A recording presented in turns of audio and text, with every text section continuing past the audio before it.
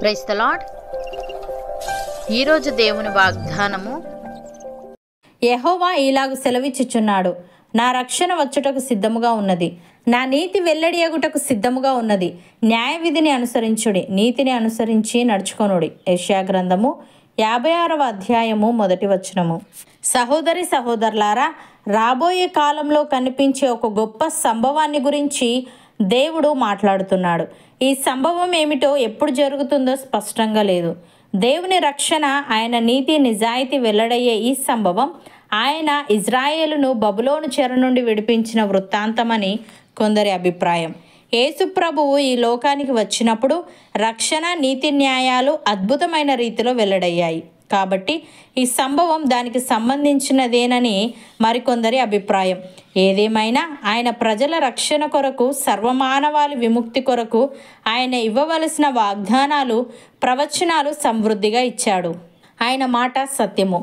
ఆకాశము భూమి గతించినా ఆయన మాట నెరవేరకుండా పోదు.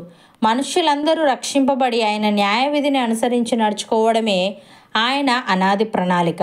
ఆయన ప్రణాళిక చొప్పున ఆయన కార్యాలు వేగంగా జరుగుతాయి. భక్తుడు ఈ విధంగా అంటున్నాడు, యెహోవా రాజ్యం చేయించున్నాడు, లోకము కదలకుండా స్థిరపరచబడి ఉన్నది. న్యాయమును బట్టి ఆయన జనములను పరిపాలన చేయును. ఈ వార్తను అన్యజనులలో ప్రకటించుడి, యెహోవా వేంచేయుచున్నాడు.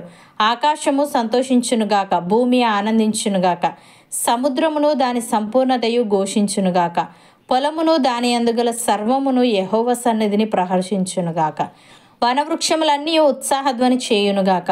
భూజనులకు తీర్పు తీర్చుటకై యెహోవా వేంచేయుచున్నాడు. న్యాయమును బట్టి లోకమునకు, తన విశ్వాస్యతను బట్టి జనములకు ఆయన తీర్పు తీర్చును అని. ప్రియులారా, యెహోవా మీకు దొరుకు కాలమునందు ఆయనను వెతుకుడి, ఆయన సమీపములో ఉండగా ఆయనను వేడుకొనుడి. భక్తిహీనులు తమ మార్గమును విడవవలెను, దుష్టులు తమ తలంపులను మానవలెను. వారు యెహోవా వైపు తిరిగిన ఎడల ఆయన వారి యందు జాలిపడును. వారు మన దేవుని వైపు తిరిగిన ఎడల ఆయన బహుగా క్షమించును. కీర్తనాకారుడు ఈ విధంగా అంటున్నాడు, యెహోవా నీ కృప మాకు కనుపరచుము, నీ రక్షణ మాకు దయచేయుము. దేవుడైన యెహోవా సెలవిచ్చు మాటను నేను చెవినబెట్టెదను. ఆయన తన ప్రజలతోనూ తన భక్తులతోనూ శుభవచనము సెలవిచ్చును. వారు మరలా బుద్ధిహీనులు కాకుందురుగాక. మన దేశంలో మహిమ నివసించినట్లు ఆయన రక్షణ ఆయనకు భయపడు వారికి సమీపముగానున్నది అని. ప్రియులారా, మీరు కాలము నెరిగి నిద్ర మేలుకొని వేలే అయినదని తెలుసుకొని అలాగు చేయుడి. మనము విశ్వాసులమైనప్పటికంటే ఇప్పుడు రక్షణ మనకు మరి సమీపముగా ఉన్నది. రాత్రి చాలా గడిచి పగలు సమీపముగా ఉన్నది గనుక మనము అంధకార క్రియలను విసర్జించి తేజస్ సంబంధమైన యుద్ధోపకరణములు ధరించుకుందాము.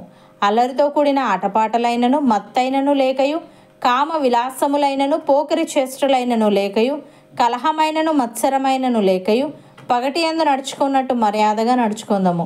మెట్టుకు ప్రభువైన యేసుక్రీస్తును ధరించుకొనిన వారి శరీరేచ్ఛలను నెరవేర్చుకొనుటకు శరీరము విషయమే ఆలోచన చేసుకొనకుడి.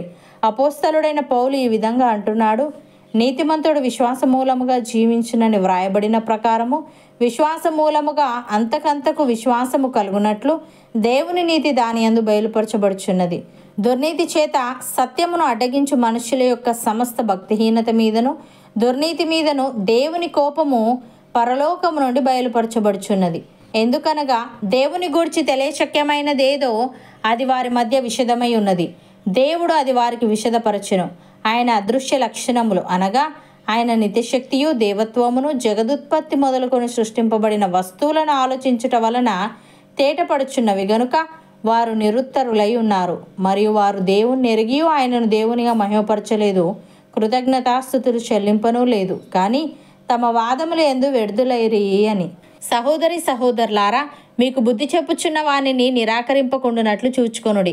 వారు భూమి మీద నుండి బుద్ధి చెప్పిన వారిని నిరాకరించినప్పుడు తప్పించుకొనకపోయిన ఎడల పరలోకము నుండి బుద్ధి చెప్పుచున్న వారిని విసర్జించు మనము తప్పించుకొనకపోవటం మరి నిశ్చయము కదా. అప్పుడు ఆయన శబ్దము భూమిని చెలింపజేసెను, కానీ ఇప్పుడు నేను ఇంకొకసారి భూమిని మాత్రమే కాక ఆకాశమును కూడా కంపింపచేతును అని మాట ఇచ్చి ఉన్నాడు. ఇంకొకసారి అను మాట చెలింప చేయబడనివి నిలకడగా ఉండు నిమిత్తము అవి సృష్టింపబడినవన్నట్టు చెలింపజేయబడినవి బొత్తిగా తీసివేయబడునని అర్థమిచ్చుచున్నది. అందువలన మనము నిశ్చలమైన రాజ్యమును పొంది దైవ కృప కలిగి ఉందము. ఆ కృప కలిగి వినయ భయభక్తులతో దేవునికి ప్రీతికరమైన సేవ చేయుదము. ఏలయనగా మన దేవుడు దహించు అగ్ని అయి ఉన్నాడు. అవును అన్నవారు నాతో పాటు ప్రార్థనలో ఏకీభవించండి. పరిశుద్ధుడా, ప్రేమగల తండ్రి, నా రక్షణ వచ్చుటకు సిద్ధముగా ఉన్నది, నా నీతి వెల్లడి అగుటకు సిద్ధముగా ఉన్నదని, న్యాయవిధిని అనుసరించుడి, నీతిని అనుసరించి నడుచుకొనుడి అని నీవు తెలియజేశావు. తను నీకు స్తుతులు.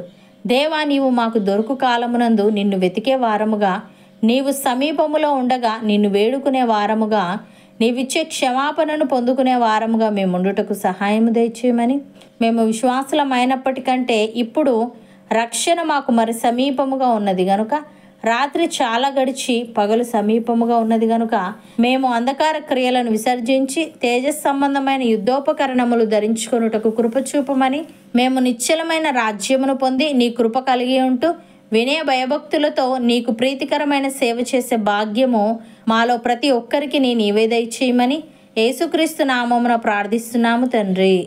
ఆమెన్.